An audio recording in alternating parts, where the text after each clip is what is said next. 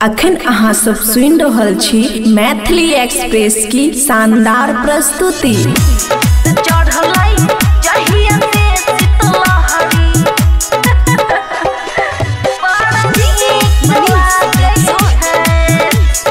खुशी recording studio बलुआहा। तो चढ़लै जहिया से शीतलहरी बड़ा नीक लागै छै।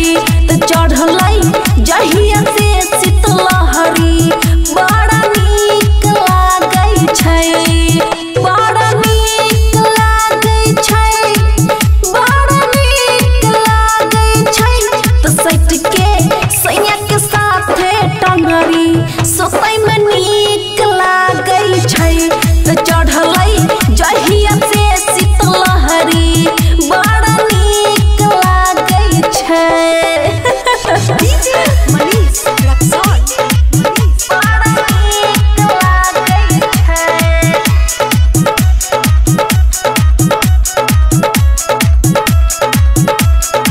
खुशी रिकॉर्डिंग स्टूडियो बलुआहा। तो जब लागे मीठ जार सैया करे खूबे प्यार के सैया करे खूबे प्यार, बाप रे बाप खूबे प्यार।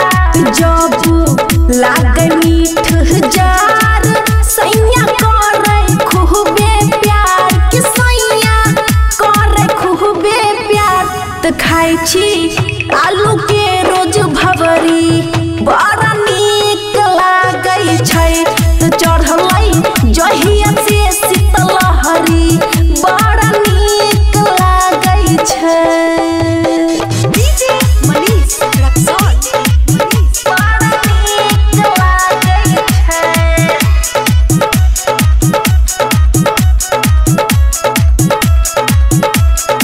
खुशी रिकॉर्डिंग स्टूडियो बलुआहा। तो सैया बबुआ राहुल रोज दैया हमरा फूल के रोजे दैया हमरा फूल दैया हमरा फूल। तो सैया बबुआ राहुल रोज दैया हमरा फूल के रोजे दैया हमरा फूल। तो देखे बिछवन पे कचहरी बड़ा नीक लागै छै।